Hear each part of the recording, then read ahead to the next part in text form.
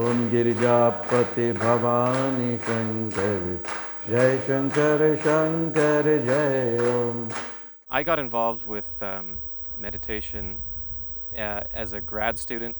I actually just needed 3 units to finish my to finish my degree, and I flipped a book open, and there was something about mindfulness meditation. I went to the class, and the first day they made me eat a raisin. Take 20 minutes to eat 1 raisin, but it blew my mind. I didn't know prior to that you could do something that would allow your mind to quiet down so much just through a little bit of focus. You know, I was so calm the rest of that day. I saw things so clearly. I kind of, like I was saying earlier, I got out of my own way, in a sense, for the rest of that day, that it just opened up a huge curiosity for me around meditation. And so then I, a little bit later, started reading Autobiography of Yogi, and then it wasn't, maybe it was only 2 months later that I saw a advertisement for Gurunath's event in San Francisco, who taught Kundalini Kriya Yoga, which is mentioned in the same book, Autobiography of Yogi. For me, the benefits of practicing Kriya Yoga are so many, it's hard to even name, but I think at its core, I am far more in control of my mind than my mind being in control of me. And my heart has opened up so much since starting to practice.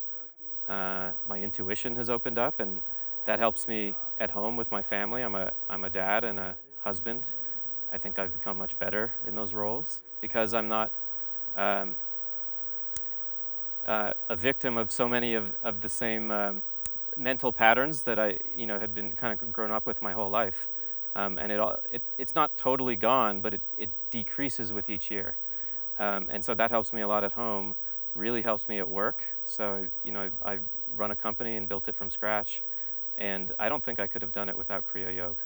Instead of being controlled by my mind, I can use my mind to go do productive things. And when you are hiring people and when you're talking to customers and building a company, you can often get in your own way, and I think Kriya Yoga for me has helped me get out of my own way. I come back to Gurunath again and again because it is the fastest, deepest path to self-realization, God-realization, getting out of my own way, and I'll just keep coming back. That's what works for me. And I say that having experimented with, hippie classes in Marin on meditation. I say that having spent some time at some ashrams in South India as part of something called Isha Yoga. I say that having, what else did I do? I tried it all. Mindfulness meditation with John Kabat-Zinn. There's a whole group of people that teach that type of thing. Some of the Buddhist things were curious. I was curious about that. I tried everything, but nothing is Kriya Yoga, and nothing is Kriya Yoga with Gurunath. Absolutely nothing, and that's why I'm here.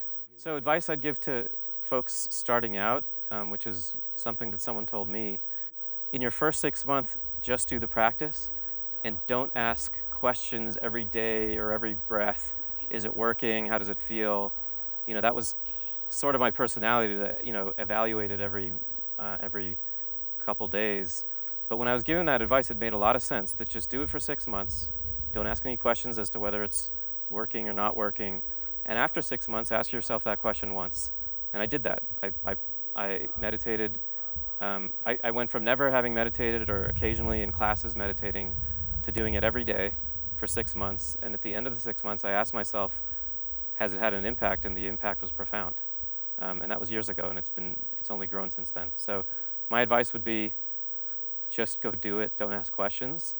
And then over time ask questions. But you really, with how busy life is, you really need to commit to doing something different than you've done your whole life. I wouldn't expect that it's going to happen in a day or two of trying. 6 months is not even enough, but it's enough to ask that question. Om Girjapati Bhavani Shankar, Jai Shankar Shankar Jai Om.